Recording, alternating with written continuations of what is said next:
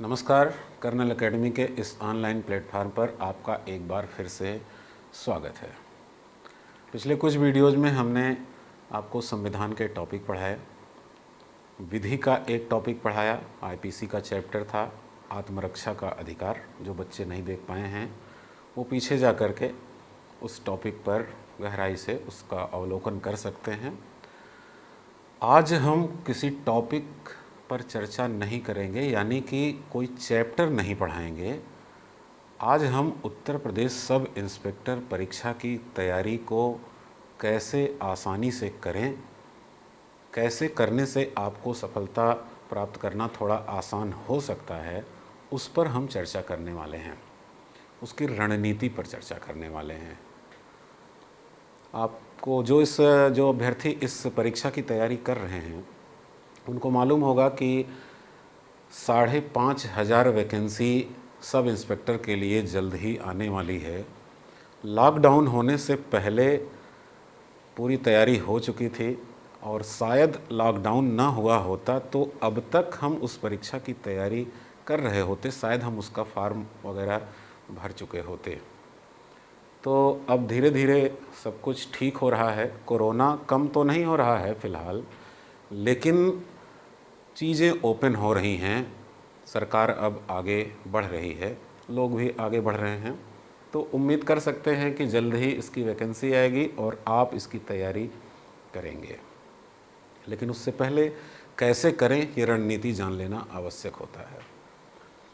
वैसे भी colonel academy police भर्ती बोर्ड की परीक्षाओं की तैयारी कराने के लिए जानी जाती रही है।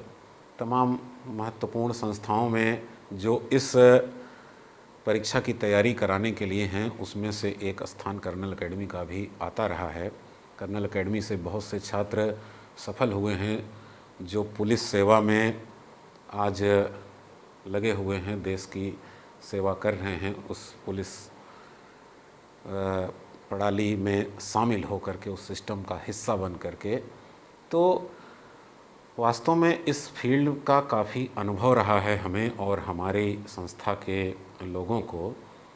तो हम ज़्यादा से ज़्यादा आसान बनाने की कोशिश करेंगे कि कैसे आप इस परीक्षा को अच्छे से दे सकें और उसकी तैयारी कर सकें। इसके लिए हम 2 मुद्दों पर बात करेंगे। पहला, परीक्षा का जो पैटर्न है उस पर हम चर्चा करेंगे, यानी कि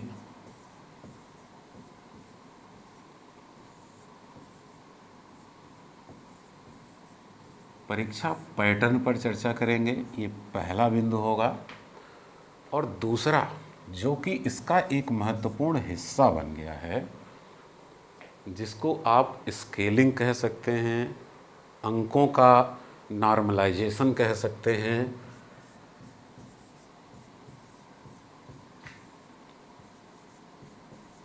अंकों का नॉर्मलाइजेशन, सामान्यीकरण कह सकते हैं अंकों का। ये बड़ा ही विवादित रहा है। आज कोर्ट में दरोगा भर्ती यानी सब इंस्पेक्टर की भर्ती जो कोर्ट में विचाराधीन है, वो इसी पॉइंट पर विचाराधीन है। नॉर्मलाइजेशन को लेकर के लोगों में अलग अलग धारणाएं हैं कि नॉर्मलाइजेशन क्या है, कैसे होना चाहिए। इस पर भी हम चर्चा करेंगे, इसके तरीक़ों को बताएंगे कि ये है क्या, और बड़ी आसानी से आप समझ जाएंगे। ध्यान रहे, नॉर्मलाइजेशन करने की एक गणितीय विधि होती है, लेकिन हम आपको गणितीय विधि पर नहीं ले जाएंगे। हम बड़े ही सामान्य तरीके से आपको समझा देंगे कि नॉर्मलाइजेशन क्या है। अगर आप उसे जान जाएंगे तो नॉर्मलाइजेशन को ध्यान में रखते हुए आप अपने विषयों को तैयार करेंगे और किस विषय में कितने अंक कम से कम ले आने हैं उसको समझने में आपको मदद मिल जाएगी। नॉर्मलाइजेशन पद्धति अगर आप समझ चुके रहेंगे तो इसके पहले हम पहले परीक्षा पैटर्न पर आते हैं, ताकि आप समझ सकें कि कहाँ पर हमें कितना फोकस करना है, किस विषय को कितने ध्यान से पढ़ना है। तो आइए चलते हैं नेक्स्ट पेज पर। यहाँ पर आपको दिख रहा होगा कि यूपीएसआई यानी उत्तर प्रदेश सब इंस्पेक्टर परीक्षा रणनीति। देखिए, इसमें 4 विषय होते हैं। जो पेपर आपका होता है उसमें 4 विषय हैं। पहला सामान्य अध्ययन है, सामान्य हिंदी है यहाँ पर, जिससे 40 प्रश्न आते हैं और ये कुल मिलाकर के 100 अंकों का होता है, यानी 2.5 नंबर का एक प्रश्न होता है।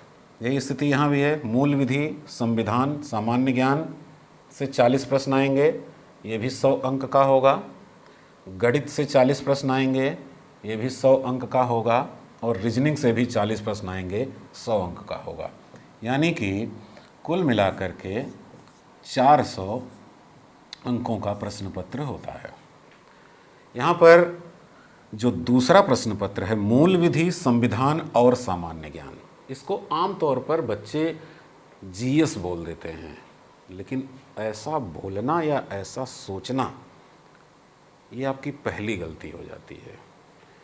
मूल विधि, संविधान और सामान्य ज्ञान, अगर ये सामान्य ज्ञान या सामान्य अध्ययन होता तो फिर इन 2 विषयों को अलग ना लिखा जाता। सामान्य ज्ञान तो लिखा ही है, सामान्य ज्ञान में ये भी शामिल हो जाता, पर ऐसा है नहीं।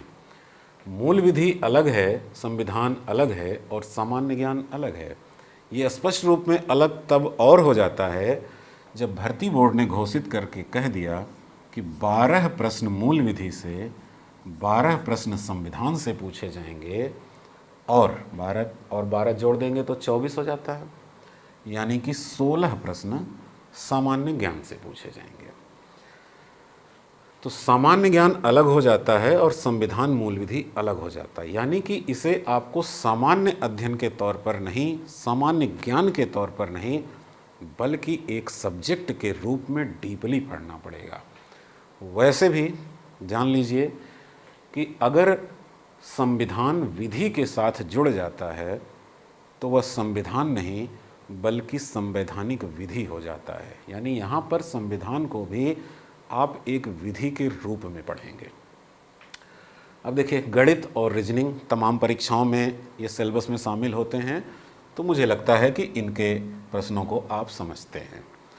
अब देखिए नीति क्या है। हम पुरानी और बदली हुई नीति सरकार की, इस जो नियमावली को उन्होंने बदला, हम दोनों पर चर्चा करने वाले हैं ताकि आप सही तरीके से समझ सकें। सामान्य हिंदी, यानी पहले जो नियम था, पुराना नियम, उसमें सभी विषयों में 50% अंक प्राप्त करना आवश्यक होता था। सभी विषयों में कम से कम 50% अंक प्राप्त करना आवश्यक होता था और टोटल मिला करके भी 50% मिनिमम अंक आपको चाहिए होते थे। उसके बाद मेरिट बनती थी, ये क्वालिफाइंग अंक होते थे।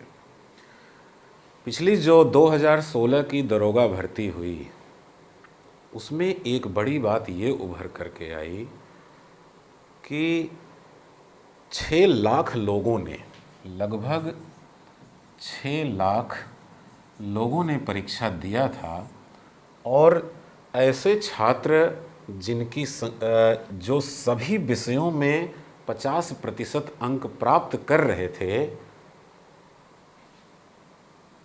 वो आश्चर्यजनक तरीके से उनकी संख्या मात्र 6300 रही। यानी 6000 अगर आप मानते हैं सीधे तौर पर, तो आप कह सकते हैं कि 5,94,000 छात्र ऐसे थे जो इनमें से किसी न किसी विषय में 50% अंक प्राप्त करने में असफल रहे। अब बताइए, वो तो बाहर हो गए परीक्षा से, तो सिर्फ ये 6300 लोग थे। इन्हीं में से 3300 लोगों का चयन होना था। 3300 सीटें थी महिलाओं और पुरुषों को मिलाते हुए। अब देखिए क्या हुआ, इस 6300 में क्योंकि रिजर्वेशन होता है, सामान्य, ओबीसी, एससी, एसटी, महिलाओं की कैटेगरी बटी हुई होती है, तो कुछ वर्गों की सीटें तो बिल्कुल खाली रह गई। जैसे 600 सीट थी महिलाओं के लिए, जिसमें से 50% सीटें ही भर पाईं और 50% सीटें खाली चली गईं, क्योंकि योग्य कैंडिडेट ही नहीं मिले, किसी न किसी विषय में वो फेल हो गए थे। एससी और एसटी में भी बहुत सारी सीटें खाली चली गई और नतीजा ये हुआ कि 3300 में से मात्र 2400 सीटें ही लगभग भर पाई, बाकी खाली चली गई। यानी कि 3300 सीट में से सिर्फ 2400 का सिलेक्शन हुआ, बाकी लगभग 900 सीटें खाली चली गई। वजह क्या थी? वजह ये थी कि परीक्षा पैटर्न को सही तरीके से न समझने के कारण किसी न किसी विषय में फेल होते गए। सभी विषयों पर उन्होंने सही तरीके से ध्यान नहीं दिया और कोई न कोई विषय उनको इस परीक्षा से बाहर कर दिया। उसी को हम समझने वाले हैं कि हमें क्या करना चाहिए। अब देखिए यहाँ पर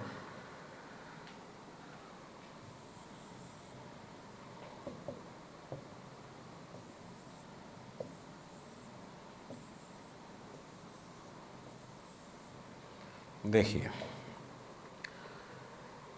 ये जो 6 लाख में से सिर्फ 6000 लोग पास हुए और सीटें नहीं भर पाईं, उसके कारण सरकार को अपनी नियमावली को बदलना पड़ा। और सरकार ने जो नया नियम बना रखा है उसमें क्या किया उन्होंने कि अब 50% की जगह पर 35% आपको पाना होगा, सभी विषयों में 35%, और टोटल जोड़ करके आपको 50% ही प्राप्त करना होगा।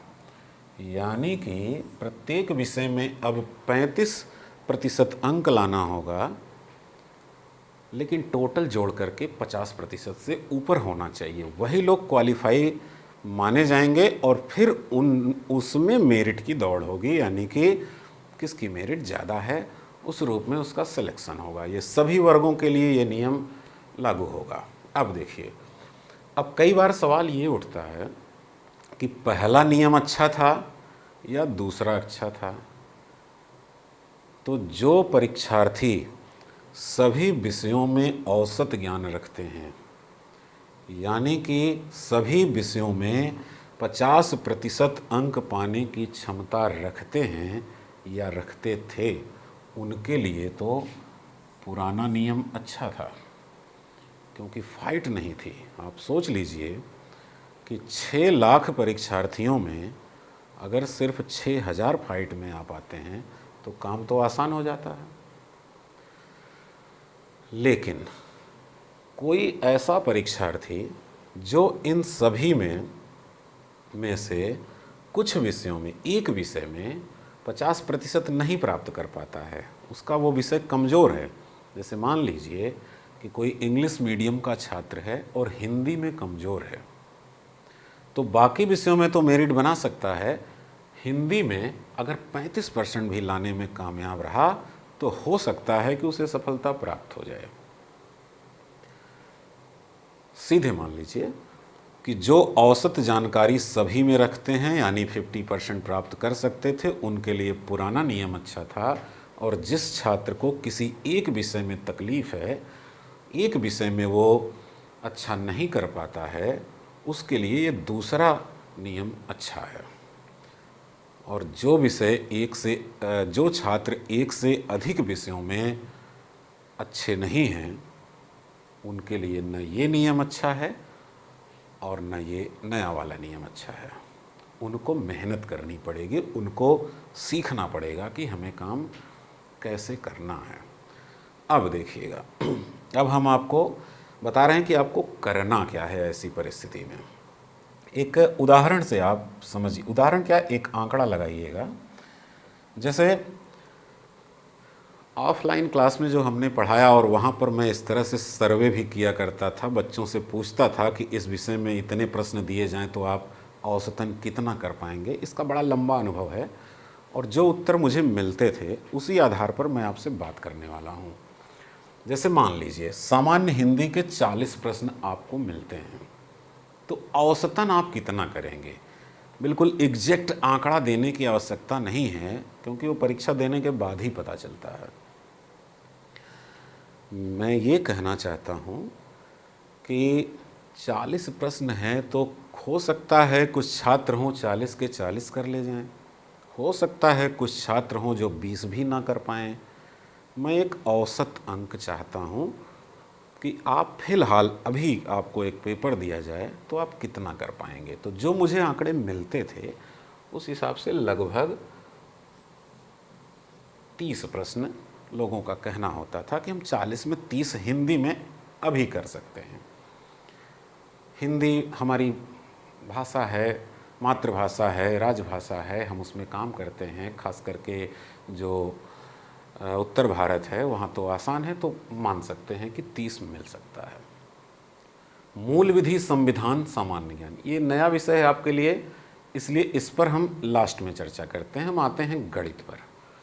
गणित में अगर 40 प्रश्न दिए जाएं आपको आज की स्थिति में, आप जिस स्थिति में हैं सामान्य रूप में, अभी आपकी बहुत तैयारी भी नहीं है और आप नॉर्मली प्रैक्टिस करते हैं, तो 40 प्रश्न में कितना कर पाएंगे। चलिए, कुछ लोग तो बहुत कमज़ोर होते हैं मैथ में, कुछ अच्छे होते हैं जो 35 के ऊपर भी कर सकते हैं। एक औसत लेते हैं जो पिछली परीक्षा में जिस हिसाब से आंकड़े आए थे, तो मान लेते हैं कि आप इसमें 23 प्रश्न कर पाते हैं। कुछ ज़्यादा करेंगे, कुछ कम करेंगे, एक आंकड़ा है।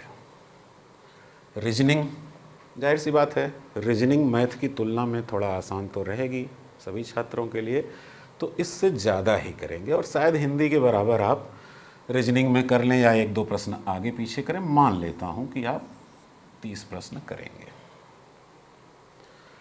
अब देखिए क्या है, मूल विधि, संविधान, सामान्य ज्ञान, सबके प्रश्न बटे हुए हैं। यहाँ पर मैं आपको एक बात बताना चाहूँगा, कई लोगों के मन में ये प्रश्न है, कई लोग उसको निश्चित रूप से भी मान चुके हैं। उनका कहना है कि भले ही भर्ती बोर्ड ने मूल विधि और संविधान के 12-12 प्रश्न आएंगे ऐसा घोषित कर दिया है, पर पिछली परीक्षा में इस विषय से इतने प्रश्न आए नहीं, ऐसा उनका मानना है। तो मैं आपको यहाँ पर बिल्कुल क्लियर करना चाहता हूँ कि 2016 की भर्ती में कुल 33 प्रश्न पत्र हुए थे ऑनलाइन,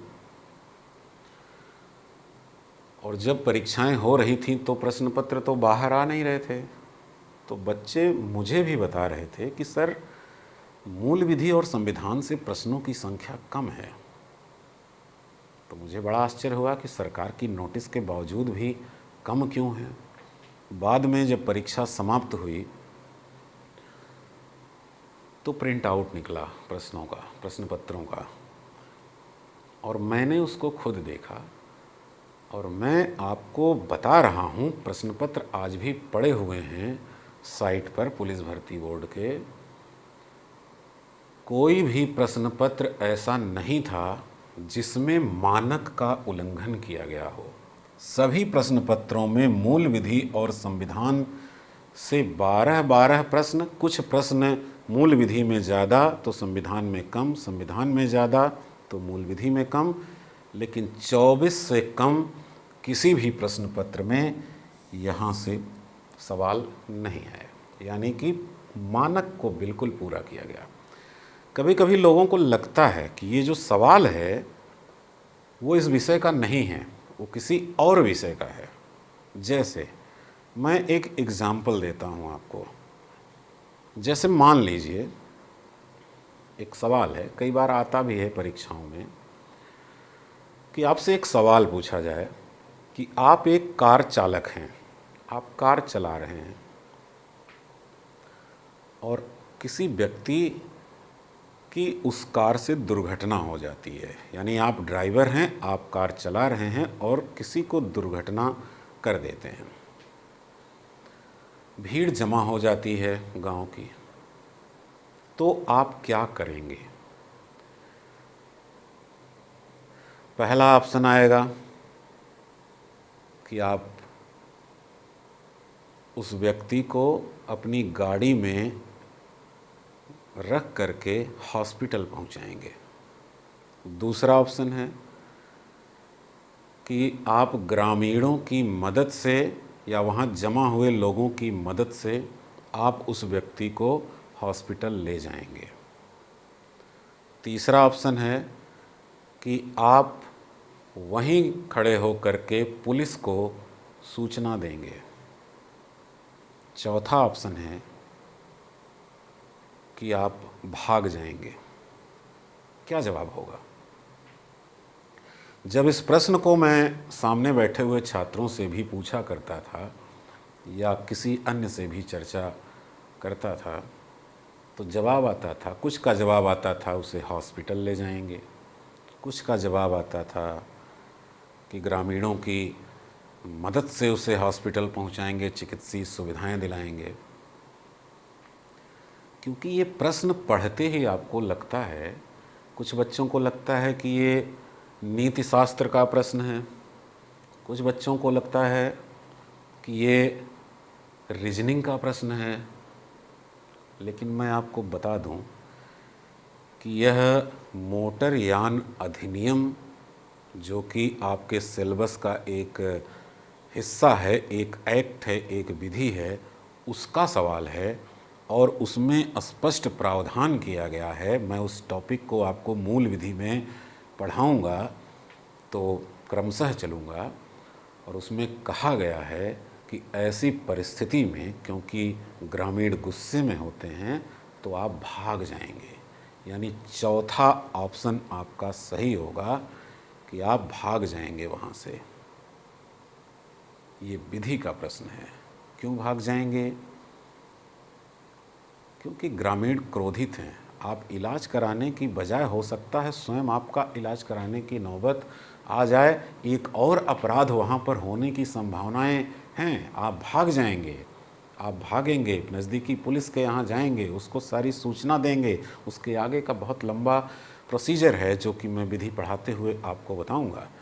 तो ऐसे प्रश्नों को लोग मान लेते हैं कि ये विधि का प्रश्न था ही नहीं और जोड़ते हैं तो कम आएगा ही। लेकिन ऐसा बिल्कुल नहीं है। पूरे मानक का पालन किया गया है और 24 प्रश्न हर परीक्षा में आएंगे। ठीक है, अब देखिए हम आगे बढ़ते हैं। तो अब इससे पूछा जाए कि आप कितने प्रश्न कर पाएंगे। अभी हम सामान्य ज्ञान की बात नहीं करेंगे, अभी हम मूल विधि और संविधान की बात करेंगे। संविधान को आप सामान्य ज्ञान नहीं समझेंगे, यहाँ पर संविधान एक संवैधानिक विधि के तौर पर ही लिया जाएगा, ध्यान रहे। तो मूल विधि की बात कर लेते हैं। मूल विधि परिचित नहीं है आप इससे। मूल विधि के टॉपिक को मैं बोलता हूँ और आप अपने मन में सोचिए कि आप उससे कितने प्रश्न कर पाएंगे। जैसे राष्ट्रीय सुरक्षा अधिनियम, इससे आप कितने प्रश्न कर पाएंगे? शायद एक भी ना कर पाएँ, पहले आपने सुना नहीं है इसको या पढ़ा नहीं है। भ्रष्टाचार निवारण अधिनियम से कितने प्रश्न कर पाएंगे? नहीं। मानवाधिकार संरक्षण अधिनियम से कितने प्रश्न कर पाएंगे? आयकर अधिनियम से कितने प्रश्न कर पाएंगे? भू अधिग्रहण अधिनियम से कितने प्रश्न कर पाएंगे? नहीं कर पाएंगे। आईपीसी से कितने प्रश्न करेंगे? सीआरपीसी से कितने प्रश्न करेंगे? मोटरयान अधिनियम से कितने प्रश्न करेंगे? सूचना अधिकार अधिनियम से कितने प्रश्न करेंगे? शायद जवाब ना में ही आ रहा है। बाकी किस्मत अच्छी है, तुक्का बैठ जाए तो बात अलग है, सारे के सारे कर सकते हैं आप। लेकिन जिस तरह से यहाँ आपने औसत निकाला, उस हिसाब से देखा जाए तो आप 0 प्रश्न कर पाएंगे। संविधान में आप कर सकते हैं, पहले से पढ़े होते हैं पॉलिटी के तौर पर, लेकिन ध्यान रहे ये संवैधानिक विधि है। और पिछले वर्ष का अगर आप पेपर उठा करके देखेंगे तो आपको अंदाज़ा भी लग जाएगा कि शायद 12 में से आप 3-4 प्रश्नों से ज़्यादा कर नहीं पाते हैं। यानी कि 3 प्रश्न यहाँ कर सकते हैं, 0 प्रश्न यहाँ कर सकते हैं। और सामान्य ज्ञान, इसका तो आप लोगों को अनुभव है, बहुत लंबे समय से आप पढ़ते रहते हैं तमाम परीक्षाओं के लिए। तो कितना कर पाएंगे आज वर्तमान स्थिति में? 50% मान लें या और मान लें? चलिए 10 प्रश्न मान लेते हैं 16 में से, या 12 प्रश्न में मान लेते हैं, कोई कमी न रह जाए। तो अब आप जब इसको जोड़ करके आगे लिखते हैं तो यानी 12 और 3 कितना होता है? 12 और 3 होता है 15। यानी कि यहाँ पर आप कर रहे हैं 15 प्रश्न 40 में। यानी बड़ी मुश्किल से आप क्वालिफाई हो रहे हैं इस प्रश्न पत्र में। अब सोच लीजिए कि अगर ये 50% वाला नियम रहा होता तो क्या दशा होती। दशा वही होती कि 5,94,000 लोग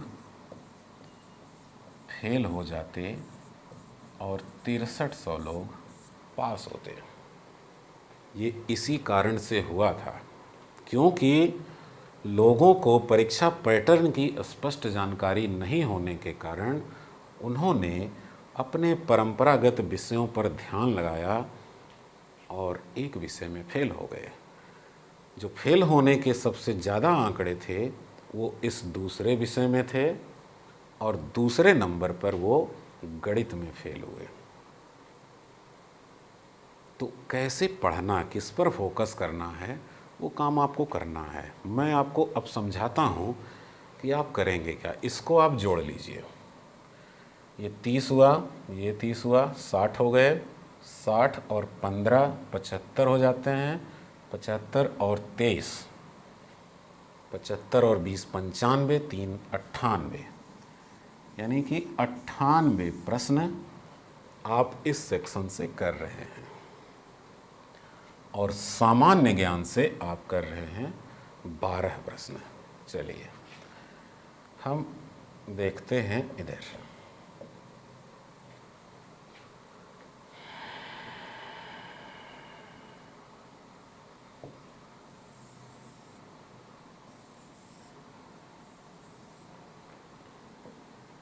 सामान्य ज्ञान में क्या होता है? सामान्य ज्ञान में है, जैसे आप ले लिए इतिहास,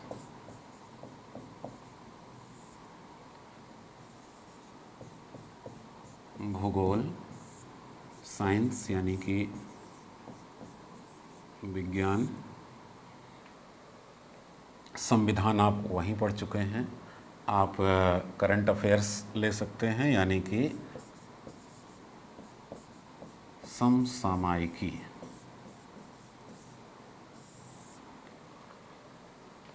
तो एक अर्थव्यवस्था। प्रश्न कितने आने हैं इससे? 16। 16 प्रश्न, 5 पोर्शन। कुछ यूपीएस स्पेशल से आएगा, कुछ कंप्यूटर से आ सकते हैं। यानी कि इन विषयों से आप ले सकते हैं अधिकतम 3-3 प्रश्न।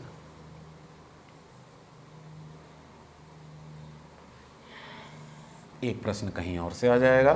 तो 16 में से आप कर रहे हैं पहले ही 12 प्रश्न। बाकी जो विषय है, जो 160 प्रश्नों का प्रश्न पत्र है, तो 144 जो दूसरा पोर्शन है, मैथ, रीजनिंग, हिंदी, मूल विधि और संविधान, 144 प्रश्न बचे उसमें से। और उसमें आप कितना कर रहे थे? 98। 2 भागों में आपने बांट दिया। एक पोर्शन ये हो गया सामान्य अध्ययन का, सामान्य ज्ञान का, और ये दूसरा पोर्शन हो गया हिंदी, मूल विधि,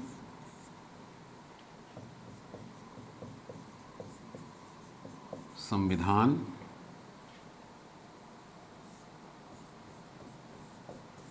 गणित और रीजनिंग का। इससे 144 प्रश्न आ रहे हैं और इसमें से आप 98 प्रश्न कर रहे हैं। सामान्य ज्ञान से 16 प्रश्न आ रहे हैं और आप कर रहे हैं आज की स्थिति में 12 प्रश्न। अब देखिए, अब मान लीजिए पढ़ने का जो तरीका, यानी आप अपने इस पूरे सिलेबस को दो भागों में बांट दीजिए। एक हिस्सा ये वाला हो गया और दूसरा हिस्सा ये वाला हो गया। अध्ययन सामग्री तो सबकी उपलब्ध है, पढ़ते भी आप सब कुछ हैं। अब मान लीजिए कि आप 1 घंटा इतिहास पढ़ते हैं, 1 घंटा भूगोल पढ़ते हैं, 1 घंटा विज्ञान, 1 घंटा समसामयिकी, 1 घंटा अर्थव्यवस्था, यानी आप 5 घंटे रेगुलर पढ़ाई करते हैं प्रतिदिन। और ऐसा आप अगले 3 महीने तक कीजिए। प्रतिदिन 5 घंटे के हिसाब से पढ़ते हुए आप अगले 3 महीने तक पढ़ाई कीजिए। और उसके बाद फिर ये 16 प्रश्नों वाला प्रश्न एक पेपर आपको दिया जाएगा। अब आप मुझे बताइए कि अब आप कितना कर लेंगे, 12 से ज़्यादा कितना कर लेंगे? 13 कर लेंगे, 14 कर लेंगे, या बहुत करेंगे तो 16 का 16 कर लेंगे। जल्दी ये संभव नहीं होता है, कुछ मानवीय भूल हो जाती है, गलतियां होती हैं, लेकिन अगर मान भी लिया जाए तो आप 16 तो से ज़्यादा तो नहीं करेंगे, 16 ही करेंगे 16 में से। यानी कि कितना प्लस हुआ? 4। 4 क्वेश्चन आपने प्लस कर लिया 5 घंटा प्रतिदिन पढ़ते हुए 3 महीने में। अब एक दूसरा पोर्शन ये वाला है। इसको समझने के लिए हमें फिर से पहले पेज पर जाना होगा। यहाँ देखिएगा, अब मान लीजिए सामान्य हिंदी को आप 1 घंटा प्रतिदिन पढ़ते हैं और 30 प्रश्न पहले से कर रहे थे। प्रतिदिन 1 घंटा पढ़ते हुए अगर आप 3 महीने पढ़ते हैं, प्रैक्टिस करते हैं, तो आप कितने सवाल तक जाएंगे? आप 35 सवाल तक जा सकते हैं। जैसे सामान्य अध्ययन में आंकड़ा लगाया गया, अगर उस तरह से लगाएंगे तो फिर ये 40 का 40 हो सकता है, लेकिन फ़िलहाल मैं 35 मानता हूँ, यानी 5 प्रश्न यहाँ पर बढ़ गया आपका। विधि बिल्कुल निश्चित होती है, यानी विधि में ना कुछ आप अपनी तरफ से जोड़ सकते हैं और ना कम कर सकते हैं। विधि को अगर आप पूरा पढ़ लीजिए सही तरीके से, तो जो सवाल आएगा वो उसी बेयर एक्ट, उसी किताब से, विधि के उन्हीं प्रावधानों से सवाल पूछा जाएगा और आप सारे के सारे सवाल कर सकते हैं। संविधान भी वैसा ही है। जैसे हम आपको बताएं, विधि से हम लोग परीक्षाएं देते थे पहले सिविल सर्विसेज की, 120 प्रश्न आते थे लॉ वाले पेपर में, और हम लोगों की मेरिट जाती थी कभी 118, 119, और कभी कभी कुछ राज्यों की पीसीएस की परीक्षाओं में तो 120, क्योंकि विधियां निश्चित हैं। और अगर आपने उन पूरे को पढ़ लिया है तो आप सारे सवालों का जवाब दे सकते हैं, मेरिट बहुत ज़्यादा जाती है। तो अगर आप इसको ठीक से पढ़ लें तो आप 10 प्रश्न तो कर सकते हैं, 12 के 12 कर सकते हैं। यानी कि यहाँ पर आपको मिल जाता है 10 प्रश्न मान लेते हैं। संविधान 3 है, यहाँ भी 10 जोड़ लीजिए, तो संविधान में भी आप 7 प्रश्न बढ़ा लेते हैं। यहाँ पर यानी कि 10, 7, 17 प्रश्न यहाँ पर ऐड हो जाता है, यानी प्लस आप ले गए इसको 17। गणित को भी अगर आप 1 घंटे प्रतिदिन पढ़ते हुए 3 महीने तक मेहनत करते हैं तो तब भी क्या आप 23 पर ही रहेंगे? यहाँ पर भी आप अपने सवालों को बढ़ा सकते हैं, यानी 30 प्लस तो ले ही जा सकते हैं। मान लीजिए आप 32 प्रश्न तक पहुँचते हैं 40 में से, तो फिर प्लस कितना हो रहा है? यहाँ पर आपके 9 प्रश्न यहाँ प्लस हो रहे हैं। रीजनिंग, जिसमें आप वर्तमान में 30 प्रश्न कर रहे थे और मेहनत करते हैं, रीजनिंग ऐसा विषय है कि कभी कभी तो पूरे के पूरे लोग करके चले जाते हैं, फिर भी आप यहाँ मानिए कि 38 प्रश्न यानी प्लस 8 क्वेश्चन आप कर सकते हैं। हिंदी में आपने 5 प्रश्न प्लस किया था, तो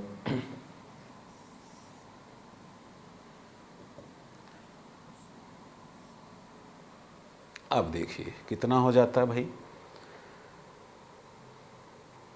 9 8 17, 17 17 34, 34 और 5 39, यानी कि टोटल जो आपने प्लस किया वो 39 प्रश्न आपने बढ़ाया।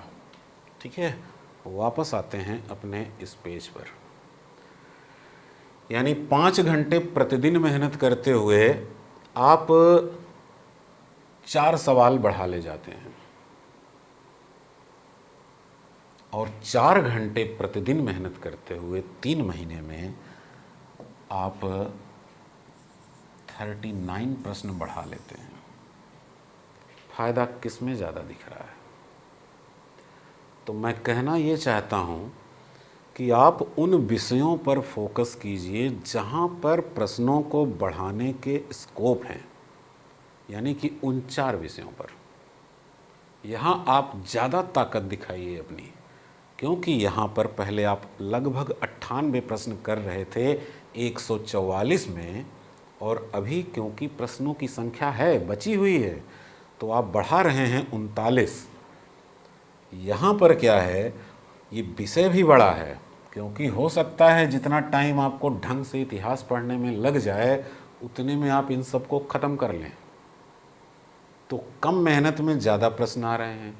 मैं बिल्कुल ये नहीं कहना चाहता कि ये विषय आपको पढ़ना नहीं है या हमारी संस्था के द्वारा आपको पढ़ाया नहीं जाएगा, पढ़ाया जाएगा, और ये विषय महत्वपूर्ण भी है परीक्षाओं के नेचर के अनुसार। अगर आप सिविल सर्विसेज की परीक्षा देते हैं तो फिर ये विषय महत्वपूर्ण हो जाते हैं, ये विषय कमज़ोर हो जाते हैं, उसकी वहाँ पर उतनी प्रासंगिकता नहीं रह जाती है। लेकिन अगर आप सब इंस्पेक्टर की परीक्षा दे रहे हैं तो फिर ये पोर्शन आपके लिए महत्वपूर्ण हो जाता है, इसका उतना महत्व नहीं रह जाता, क्योंकि 16 प्रश्न जो आएंगे उसमें से आप 10 प्रश्न, 12 प्रश्न, 8 प्रश्न ऑलरेडी कर रहे हैं। सारी एनर्जी लगा देने के बाद आप 4-5 प्रश्न बढ़ा लेते हैं, बस यही होता है। तो आप इस पर फोकस करेंगे ज़्यादा से ज़्यादा, और इसके लिए आप पढ़ते रहेंगे, जो आपको पढ़ाया जाएगा आप पढ़ेंगे, लेकिन इसके चक्कर में इसको आप रोकिए नहीं। इसको रोकेंगे तो वही दशा हो जाएगी पिछली भर्ती की तरह कि 6 लाख में से सिर्फ 6,000 लोग क्वालिफाई कर पाएंगे। तो इन बातों का थोड़ा सा ध्यान रहे कि इस पर फोकस करिए, इसको पढ़िए, इसको भी पढ़िए, पर इसके कीमत पर इसको नहीं। अगर आप सिविल की तैयारी कर रहे हैं तो इसको आप पढ़ेंगे। एसआई के लिए तो आपको जैसा मैंने कहा वैसा आपको करना होगा, वैसा करेंगे तो आपके लिए आसान हो जाएगा, आपकी राह आसान हो जाएगी। तो ये एक पोर्शन था इसके पैटर्न को लेकर के। अब हम बात करते हैं नॉर्मलाइजेशन क्या है, बड़ा विवादित है। यूपीएसआई में अंकों का सामान्यीकरण यानी कि नॉर्मलाइजेशन क्या है?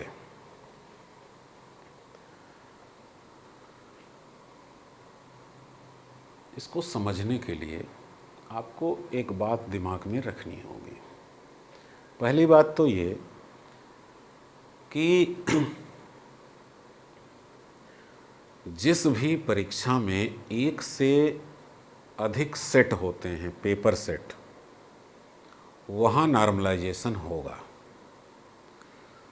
आईएएस पीसीएस की मुख्य परीक्षाओं की जो कॉपियाँ होती हैं, अगर उसमें एक से अधिक टीचर उसको जांचते हैं तो वहाँ भी अंकों का नॉर्मलाइजेशन होगा। ऐसा इसलिए क्योंकि हो सकता है कि आपके पेपर का एक सेट आसान हो और दूसरा सेट कठिन हो। मुख्य परीक्षाओं में हो सकता है कि एक टीचर जो कॉपी जांच रहा है वो लिबरल हो और दूसरा अंकों को देने में आपको थोड़ा सा कंजूसी करता हो। तो जिसके साथ कंजूसी हुई, कम अंक मिले, वो तो बाहर हो जाएगा, और जिसके हिस्से लिबरल टीचर आया था वो तो पास हो जाएगा। इसलिए अंकों का नॉर्मलाइजेशन करना आवश्यक हो जाता है। हम गणितीय विधि पर जाएंगे ही नहीं, हम आपको बड़े ही आसान शब्दों में समझाएंगे, इसको समझने की कोशिश कीजिएगा। जैसे मान लीजिए कि मैं परीक्षा में बैठता हूँ और आप भी मेरे साथ परीक्षा में बैठते हैं। आप अलग पाली में बैठते हैं, मैं अलग पाली में बैठता हूँ। मेरा पेपर सेट अलग है, आपका अलग है। ऐसे ही होता है जब एक सेट से ज़्यादा में परीक्षाएं होती हैं, उस पर हम बात करेंगे।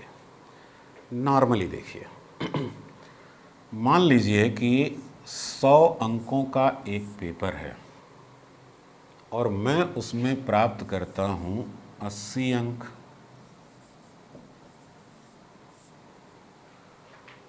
और आप भी उसी पेपर को देते हैं,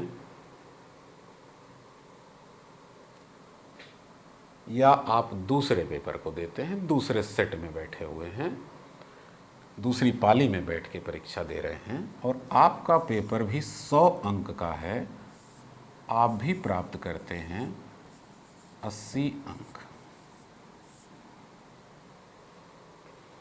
मेरे और आपके दोनों के अंक बराबर हैं, लेकिन पेपर अलग है। ये पेपर ए है और ये पेपर बी है।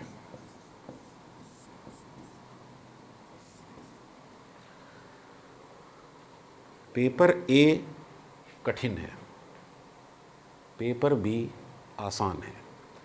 यानी कि कठिन पेपर में मैं 80 अंक प्राप्त करता हूँ और सरल पेपर में, अपेक्षाकृत उससे सरल पेपर में आप 80 अंक प्राप्त करते हैं। तो पास किसको होना चाहिए? दोनों में से एक ही पास होगा अगर, तो किसको होना चाहिए बताइए? जो कठिन पेपर में 80 अंक प्राप्त कर रहा है उसको पास होना चाहिए। ठीक, यानी एक चीज़ आपने निश्चित कर दिया कि इस बराबर अंक पाने के बावजूद भी इसे पास होना चाहिए, क्योंकि इसने कठिन पेपर दिया है। अब मुद्दा ये है कि पता कैसे चलेगा कि कठिन कौन सा है और सरल कौन सा है? ये तो अपने आप तो डिसाइड कर नहीं लिया जाएगा कि कौन सा प्रश्न पत्र कठिन था और कौन सा प्रश्न पत्र सरल था। कैसे पता चलेगा? सोचिए जरा।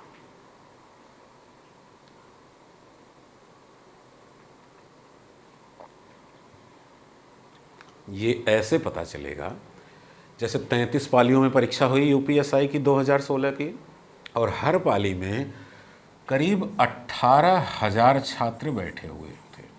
लगभग 18,000 छात्र हर पेपर सेट को दे रहे थे।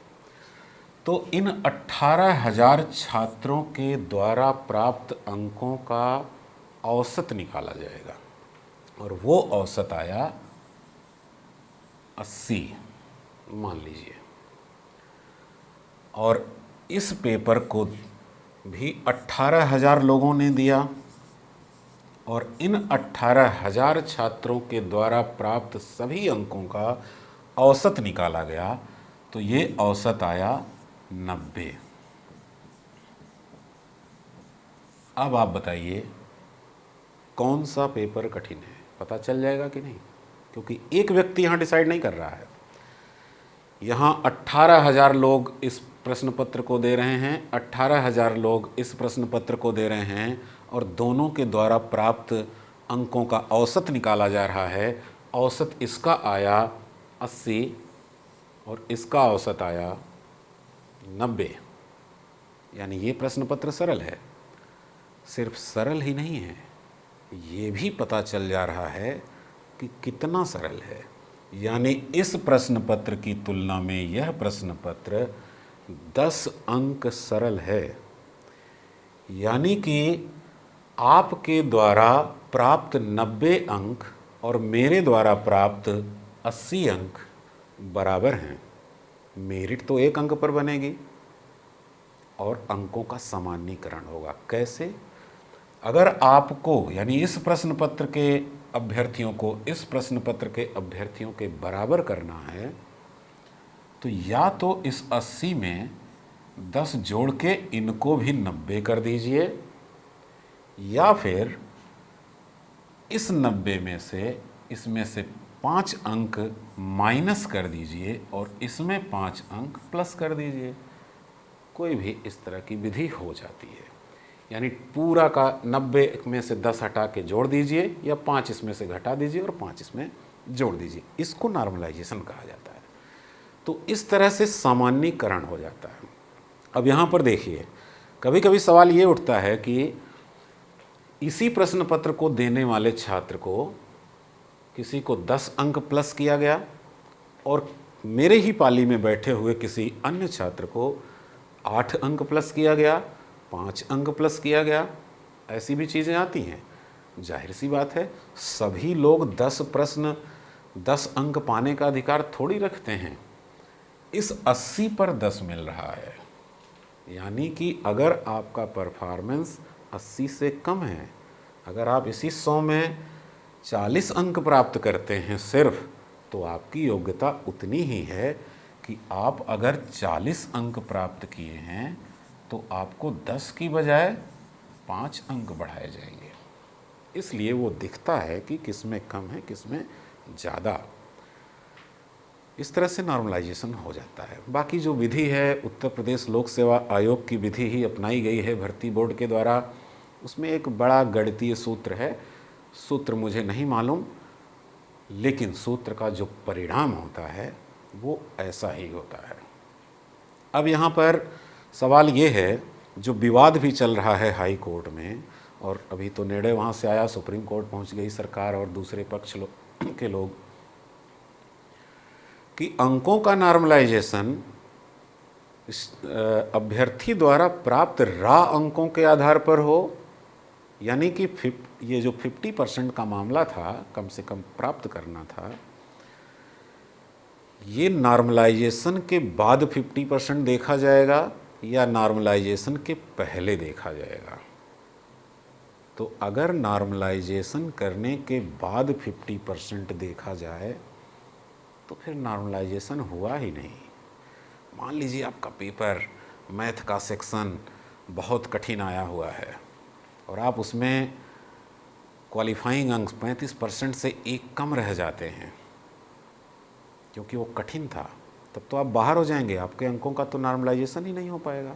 कठिन प्रश्न पत्र होने के नाते आप बाहर हो गए। तो पहले नॉर्मलाइजेशन होगा, सबसे पहली प्रक्रिया। परीक्षा देने के बाद जो अंक आपको मिलेंगे, सबसे पहले उनका नॉर्मलाइजेशन होगा और उस नॉर्मलाइजेशन के बाद देखा जाएगा कि क्या सभी सेक्शन में आपने क्वालिफाई किया हुआ है। उसके बाद ही आपकी मेरिट बनाई जाएगी। इस बात को अपने दिमाग में रख लीजिए। मुकदमा चल रहा है इस पर, जाहिर सी बात है। हाई कोर्ट से डिसीजन भी आया है। डिसीजन इसलिए आया है क्योंकि नियमावली में स्पष्ट प्रावधान नहीं थे, लेकिन सरकार ने जो निर्णय लिया है और जिस पर वो ट्रेनिंग करा रही है और जल्द ही ज्वाइन कराने वाली है, मैं उस सरकार की प्रक्रिया को बता रहा हूँ कि पहले उन्होंने नॉर्मलाइजेशन कर दिया है और उसके बाद अंकों की मेरिट बनाया है। और यही नॉर्मलाइजेशन हो सकता है। हम छात्रों को बाहर करके फिर नॉर्मलाइजेशन नहीं कर सकते हैं। तो उम्मीद है कि आपको नॉर्मलाइजेशन सिस्टम भी समझ में आया होगा और यूपीएसआई में कैसे आप इन विषयों पर फोकस करेंगे, कहाँ पर कितना फोकस करेंगे, वो भी समझ में आया होगा। अगर कोई डाउट रह गया हो तो आप कमेंट में लिख सकते हैं। मैं किसी और चैप्टर में जब आऊँगा, पढ़ाऊँगा, तो आपके उस डाउट को क्लियर भी कर दूँगा। तो आज यहीं पर क्लास को रोकते हैं, फिर मिलते हैं किसी और वीडियो के साथ। बहुत बहुत धन्यवाद।